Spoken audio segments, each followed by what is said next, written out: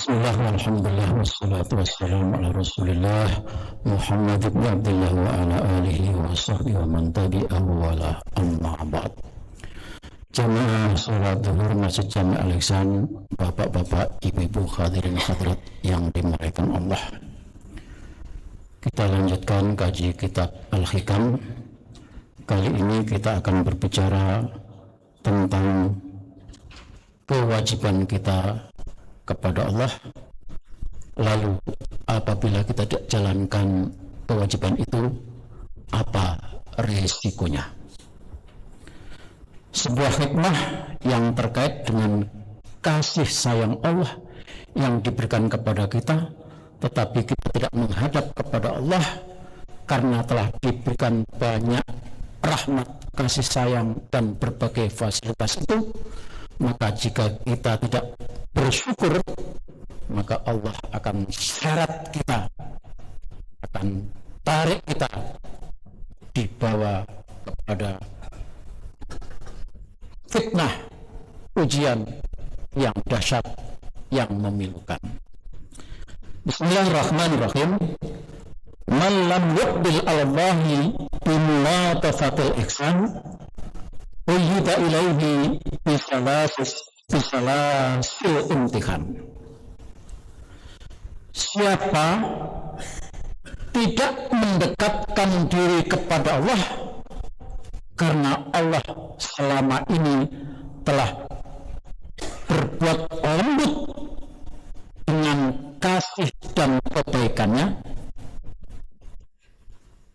uyyida ilaihi bisalasil imtihan, maka dia akan diseret untuk dekat kepada Allah dengan cambukan rantai yang bertubi-tubi, dan itu adalah bencana atau imtihan. Dimaafkan dirahmati Allah. Jadi ketika Allah memberikan musibah, bencana, ujian, dan ujian itu kadang dirasa bisa menyengsarakan, maka sesungguhnya itu adalah cara Allah untuk menyadarkan agar orang itu kembali mau mendekat kepada Allah Subhanahu wa ta'ala. Allah sudah memberikan kebaikan kepada kita. Dengan kasih dan sayang kita diperlakukan sebagai makhluk Allah yang terhormat dan mulia.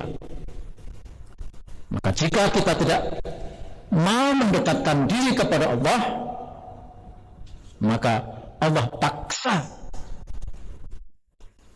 untuk dekat kepada Allah, tetapi caranya berbeda, yaitu kalau bahasa kasarnya dengan kekasaran, dikasih ujian, dikasih cobaan, dikasih penderitaan. Jadi ketika Allah ngasih cobaan, ngasih ujian, itu semua ditimpakan, diberikan kepada orang yang tidak mau bersyukur. Tujuannya apa? Agar mau kembali kepada Allah. Zaman dirahmatullah. Mari kita baca penjelasannya. Qad qasamallahu ta'ala ibadahu salasat aqsam. Allah membagi hamba-hambanya ini menjadi 3 golongan. Al-Quran menyebutnya ahlus shimal wa ahlul yamin. Ma ashabul yamin wa ma ashabus shimal. Yang pertama golongan kiri, yang kedua golongan kanan, dan yang ketiga as-sabiqun, golongan orang yang selalu mengejar usaha supaya lebih baik, dan terus lebih baik. Kemudian dalam surat Hud itu Allah juga menyatakan, "Tsumma awrasnal kitab alladziina istafayna min ibadina, faminhum dzalimun li nafsihi wa minhum muqtasid wa minhum sabiqun bil khairat." Ada golongan yang zalim, yang tadi disebut juga oleh Al-Quran sebagai ahlus shimal, golongan kiri. Wa muqtasid, golongan yang pertengahan, sederhana. Di ayat yang lain Allah menyebutkan ahlul yamin atau ashabul yamin. Kemudian dalam surat itu tadi sabiqun bil khairat, orang yang berlomba-lomba mengejar kebaikan. Di ayat yang lain wasabiqunal awwalin, yaitu orang-orang yang terus berlomba menjadi kelompok yang top, number one. Itu golongan hamba Allah, yakni golongan kiri, golongan kanan, dan sabiqun. Amma al-istimal, adapun kelompok kiri, ekstrim kiri, fala kalama alaihim, kita nggak usah bicarakan itu, kan itu jelas orangnya udah nggak ada kebaikan sama sekali. Itulah Allah aslan, sama sekali tidak pernah menghadap kepada Allah Subhanahu wa taala. Sama sekali tidak ada usaha untuk dekat kepada Allah Subhanahu wa taala. Itu golongan kiri, ashabus shimal. Wa amma ahlul yamin, adapun golongan kiri kanan, ahlul yamin, falahum iqbalun biwajhin ma, dia memang ada usaha untuk mendekat, menghadap kepada Allah, lakin la khususiyata lahum, tetapi tidak ada keistimewaan. Ada usaha untuk mendekat kepada Allah, tetapi tidak ada keistimewaan. Kalau dalam bahasa kantor, dia hanya masuk kantor sekedar absen, setar wajah. Itu ashabus al-yamin. Li'annahum ona'u bidhahir syariah. Ini jelas.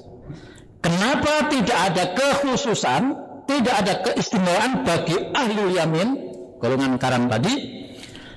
Li'annahum ona'u bidhahir syariah, dia hanya berpegang kepada syariah. Walam yaltafitu ila suluki tariqah wala hikah, tidak ada usaha, perhatian untuk sampai kepada tingkat tariqah dan pada tingkat hakikah. Waqafu ma'ad dalil wa burhan, dia hanya berpegang, yang penting mana dalilnya. Kalau nggak ada dalilnya, nggak penting dilakukan. Kalau nggak ada dasarnya, nggak ada usaha untuk melakukan kebaikan. Jadi dia hanya berbuat pada tatanan yang zahir, di mana yang zahir itu hanya berdasarkan dalil secara zahir, tidak memahami kontekstualnya, tidak memahami substansinya, tidak memahami tujuannya, tidak memahami hikmahnya. Jadi dia hanya sekedar sebatas setar wajah, sebatas absen, tidak tahu apa tujuan yang dikerjakan, tidak tahu apa akhir dari apa yang dikerjakan, tidak tahu kemana arah yang dikerjakan. Itu ahlul yamin. Nah, jamaah sekalian, kayak kita ini mungkin masuk golongan ini karena kita hanya sebatas menjalankan secara lahir, tidak memahami apa yang sesungguhnya daripada tujuan, makna, dan inti daripada yang dikerjakan secara syariah. Mohon maaf saudara-saudara sekalian, kita sholat ini tujuannya adalah ibadah, itu tujuan pokok. Tetapi kita tidak memahami apa hikmahnya sholat, apa maknanya sholat, apa substansi sholat. Maka kita tidak lebih, sholat kita hanya sekedar lapor, Tuhan hari ini saya sudah kerjakan sholat zuhur 4 rakaat. Tidak lebih dari itu. Tetapi kalau kita masuk kepada golongan yang ketiga tadi, as-sabiqun, kita akan memahami sholatnya itu sendiri, memahami tujuannya, memahami maknanya, memahami faedahnya, memahami keistimewaannya. Itu. Walam yanhadu ila maqamis syuhudah. Wal tidak sampai pada pemahaman bagaimana sholat kita. Ini tadi contohnya sholat. Tidak memahami bagaimana sholat kita itu bisa membuat kita sangat dekat kepada Allah dan seakan-akan menyaksikan Allah. Itu kalau sudah sampai pada as-sabiqun. Dan kita tidak lanjut yang penjelasan golongan kedua, ahlul yamin tadi. Wa amma sabiqun, adapun golongan as-sabiqun yang disebut sabiqun itu orang-orang yang berlomba-lomba, faqad aqbalu 'ala Allahi mutawajjihina ilaihi. Mereka menghadap, mendekatkan kepada Allah dengan segala perhatian. Talibina wal wusul ila ma'rifatih. Berusaha, berdaya, kekuatan sekeras-kerasnya supaya sampai bisa makrifat kepada Allah Subhanahu wa taala. Fahum fi dzalika ala qismain. Orang yang kelompok as-sabiqun ini ada dua macam. Yang pertama, aqbal Allahin bimulatafati ihsanihi wa qiyaman bi syukri in'amihi wa imtinanan. Yang pertama adalah golongan yang mendekat kepada Allah Subhanahu wa taala karena telah diperlakukan oleh Allah dengan kelembutan kebaikannya, maka dia bersyukur atas segala anugerah, nikmat, fasilitas yang diberikan oleh Allah Subhanahu wa taala. Maka orang ini menduduki pada tingkat syukur. Nah, kalau sudah tingkat syukur, artinya ibadah kita, kegiatan kita itu semata-mata karena bersyukur kepada Allah Subhanahu wa taala, di mana Allah sudah memberikan banyak nikmat kepada kita. Yang kedua, qismun aqbal Allah bi salasatil imtihan wa durbil balaya wal mihan. Ini jadi kalau Bapak dan Saudara, kalau ada orang yang sudah ibadahnya bagus, tingkatnya sudah tingkat tinggi, tapi kok masih diuji Tuhan, maka di sini kekuatannya, ujiannya tidak main-main, semata-mata Allah ingin mengangkat derajatnya lebih tinggi lagi daripada yang lainnya. Maka jika kita melihat ada orang soleh, baik, sudah tawadhu, sudah segala macam, kok dapat ujian, itu semata-mata ujiannya bukan karena Allah ingin mengingat, tapi tidak, ini semata-mata untuk meningkatkan lagi supaya tingkatnya jauh lebih tinggi dibandingkan yang lainnya.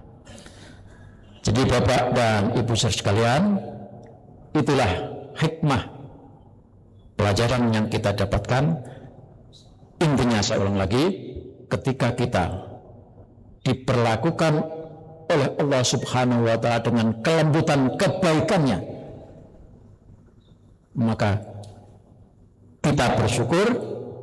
Sebaliknya, kalau kita tidak bersyukur, sudah tidak sama sekali ada usaha untuk melakukan kebaikan, Tuhan akan seret paksa kita dengan menjatuhkan, memberikan cobaan yang berat, tujuannya supaya mau dekat kepada Allah Subhanahu wa ta'ala. Itulah cara berpikir kita, optimis kita kepada Allah Subhanahu wa ta'ala. Jadi tidak ada ujian yang diberikan oleh Allah Subhanahu wa ta'ala kecuali mengingatkan, menyadarkan agar orang itu bisa lebih dekat kepada Allah Subhanahu wa ta'ala. Demikian, kurang lebihnya mohon maaf. Wassalamualaikum warahmatullahi wabarakatuh.